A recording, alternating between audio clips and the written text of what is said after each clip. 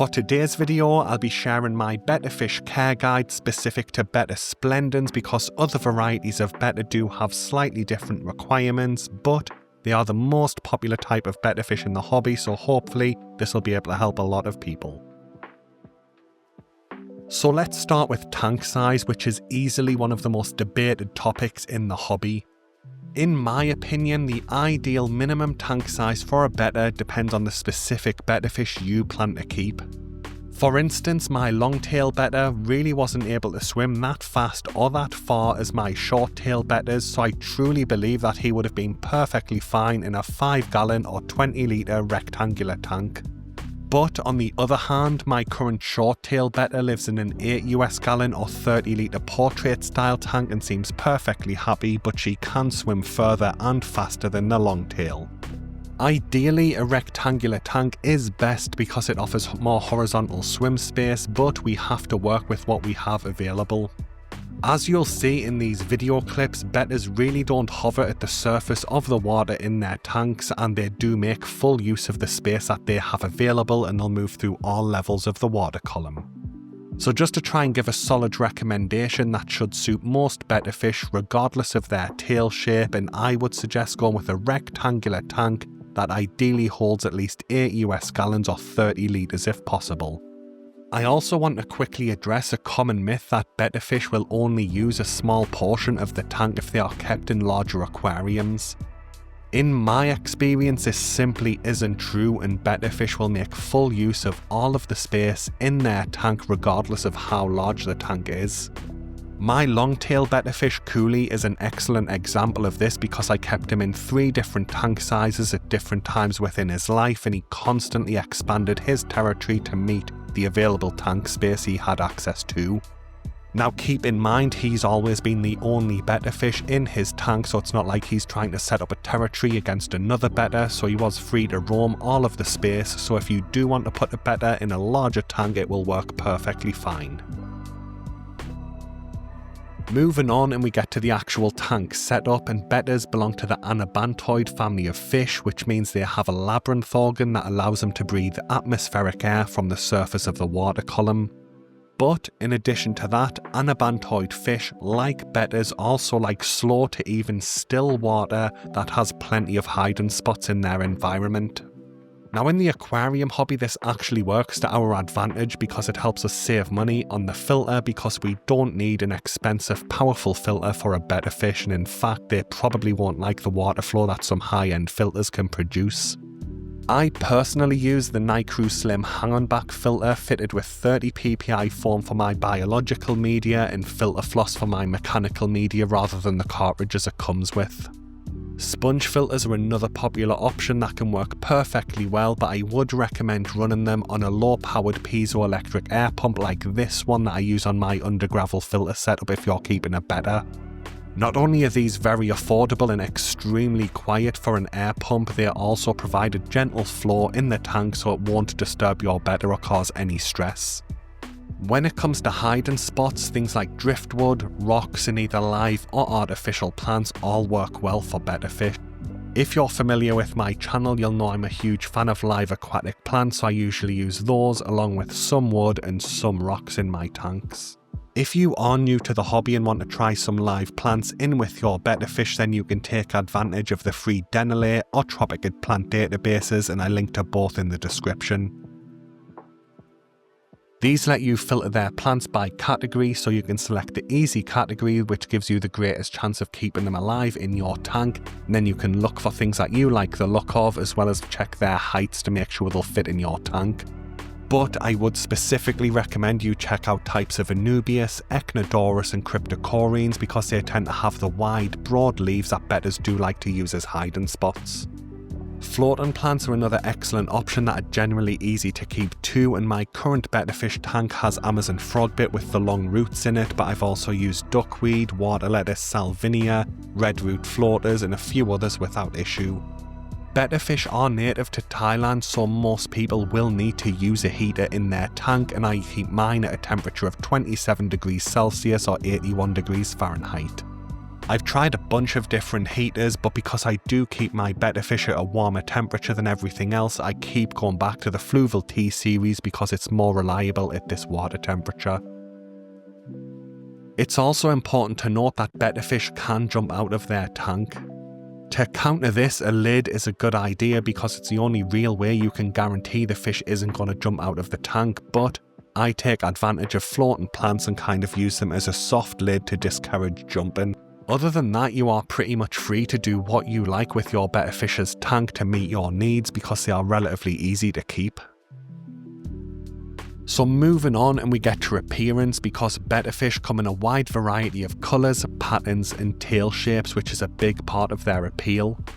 However, it is important to understand that most of these tail types are a result of selective breeding, and in my experience, some of these can negatively affect the fish's quality of life.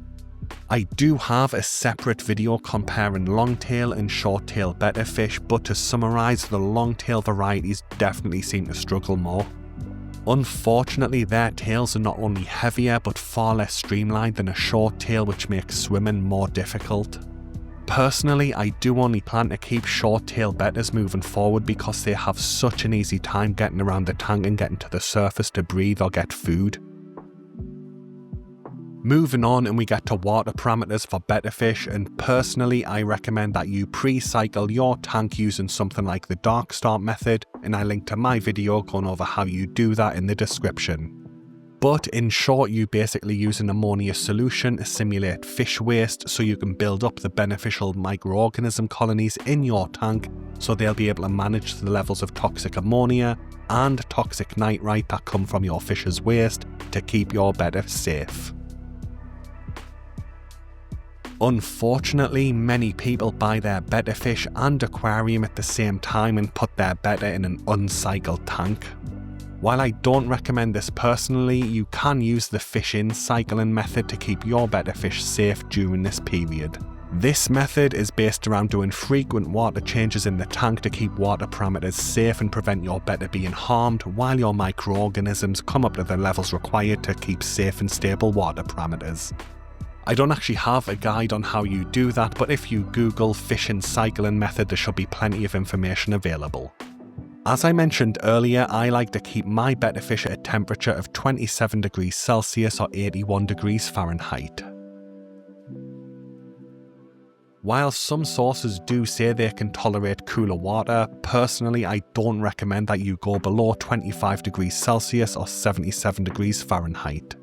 One common issue that I had problems with myself and I see other people have issues with time and time again is buying kit tanks that come with your light, heater and filter included, because a lot of these heaters are preset to a temperature that you can't adjust and they are too low for Bettas. The more budget-friendly heaters also have issues maintaining stable water temperatures above 25 degrees Celsius in my experience too, and as I mentioned earlier, that's why I keep going back to the Fluval T-Series heaters for my Bettas. I know that they are a big bulky heater, but they are easily the best option that I've personally tried when it comes to keeping a tank at 27 degrees Celsius or higher consistently. When it comes to pH, you can see some extremely different recommendations online depending on source, but there is a reason for this. Personally, I think that a lot of the fish that we buy in the hobby that are sold as Betta splendens are actually hybrids of different fish bred together from the splendin complex. This contains 6 different species of Betta fish which can all crossbreed with each other, but it includes species like Betta smaragdina which prefer soft acidic water, as well as Betta mahakiensis which prefer harder alkaline water. So over generations this is all bred into the same fish over and over and over again, so it is difficult to nail down exactly what kind of pH and water hardness our fish need. Personally, I recommend a range between 6.0 and 8.0, but this does also mean that most people will be perfectly fine using their regular tap water. The final point for the water parameter section is to use a tap water conditioner whenever you're adding new tap water to your Betta fish tank to make sure that heavy metals, chlorine and chloramine are all detoxified. This helps to protect not only your betta fish's gills and labyrinth organ, but also the beneficial bacteria colonies that help to keep your nitrogen cycle stable in the tank.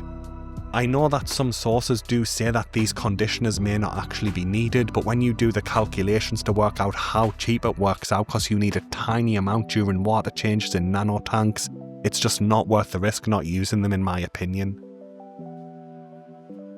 Moving on, and we get to diet and feeding, and there's a huge variety of different fish foods available on the market today, and some of these are specifically targeted towards betta fish keepers. However, I haven't actually had the chance to try any of those betta specific products myself, as they are hard to find in my area, but I'd guess the same is true for many other people too. So going with a more widely available fish food targeted towards different fish species is probably the best option for most people. Personally, I highly recommend the Fluval Bug Bites range, especially the light blue label version, which has the smaller granules suitable for betta fish, but the Hikari micro pellets are always a good option too.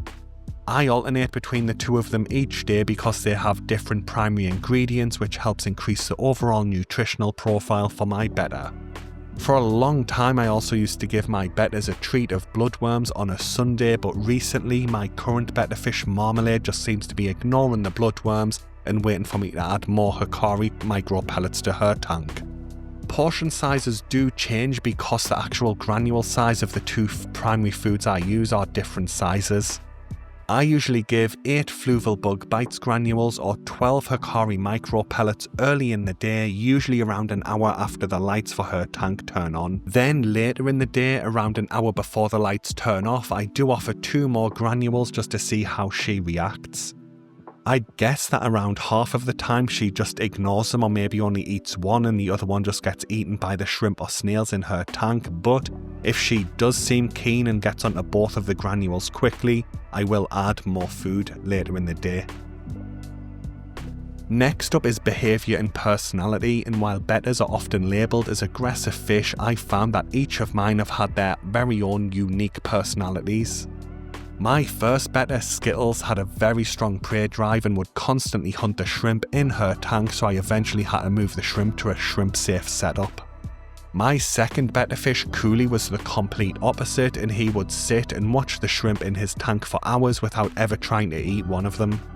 Then there was Stitch, my third betta, who just ignored the adult shrimp in his tank, but he would eat any of the babies who got too close. He also spent a lot of his time glass surfing because he was fascinated by his reflection in the tank glass. And then finally we have my current betta fish, Marmalade, and she doesn't go after the shrimp in her tank, but she will happily steal their food once they have eaten enough of it so it will fit in her mouth. She is also the most curious betta fish I've ever kept by far, making her very entertaining to watch because she likes to get a good look at anything moving or anything new in her tank. The main takeaway here is that some betta fish can definitely be territorial and aggressive, but it really comes down to the individual fish's personality. Unfortunately, you won't know how your betta fish is going to react until you've actually got it in your tank, so there is a lot of guesswork involved. And that brings us on to tank mates, which is probably the second most controversial topic within the betta fish keeping community, right behind tank size. Other than Skittles, who went after all of the shrimp in her tank, my other bettas live peacefully with both shrimp and snails. However, I generally avoid keeping them with other species of fish and prefer to let them have the tank to themselves. That said, I did once keep Cooley the betta fish with my chili rasboras in my 12-gallon or 45-litre tank and everything went okay, but I probably wouldn't do that again if I'm honest. It's not just the betta fish's personality that you have to factor in either, especially if you're keeping a long-tail betta, because the other fish species might nip at its tail, so it's kind of a two-way aggression thing you've got to try and keep in mind. If you are new to the hobby, I'd focus on just getting a betta fish and keeping it as a solo fish in your tank at least until you have a second tank that is fully cycled and ready to take fish. So if you do add a second species and there's problems, you can instantly move them to a safe tank. That's where I was very lucky when it came to adding Skittles to her tank, which was originally a cherry shrimp breeding tank, because I had my 29-gallon tank set up and fully cycled, so I could just net the shrimp up and move them across to there, making sure they were safe. Finally, I want to talk about health issues in betta fish, and unfortunately this is becoming a more prevalent problem as betta fish continue to grow in popularity. With the mass breeding that's currently required to meet demand, genetic problems are starting to surface more frequently. One of the more common problems I've seen people report with bettas is fin rot, and unfortunately I did lose Stitch the betta fish to fin rot in one of my own tanks. But I do think that part of the problem now is that I live in the United Kingdom where over-the-counter antibiotics are banned. If I was in the United States, I could walk into a pet store and just buy antibiotic treatments for fish to have treated that infection and increased his chance of survival. There's also the theory that long-tail bettas may be more prone to getting fin rot because their larger fins and tails just offer more surface area for scratches or tears to take hold and then eventually develop into an infection. Cooley, another one of my bettas, had an entirely different issue and he started to have seemingly random seizures. From what I've read online, this could be caused by internal tumours pressing on either nerves or the brain of the fish. While tumours are still relatively uncommon in bettas, it does seem to be becoming more and more prevalent, but they are usually on the outside of the fish rather than the inside, causing problems like that. Now, to be clear, I'm not trying to put anyone off getting a betta fish, I'm just trying to offer a more realistic example of what to expect, and in the most part they are still excellent little fish to get. Another potential option is to get either a wild type betta or a hybrid alien betta, because in theory at least they have a wider genetic pool that should reduce the chances of any health problems even further. Anyway guys, that brings the video to an end. Thanks for watching, I hope it's been helpful and good luck with your betta fish.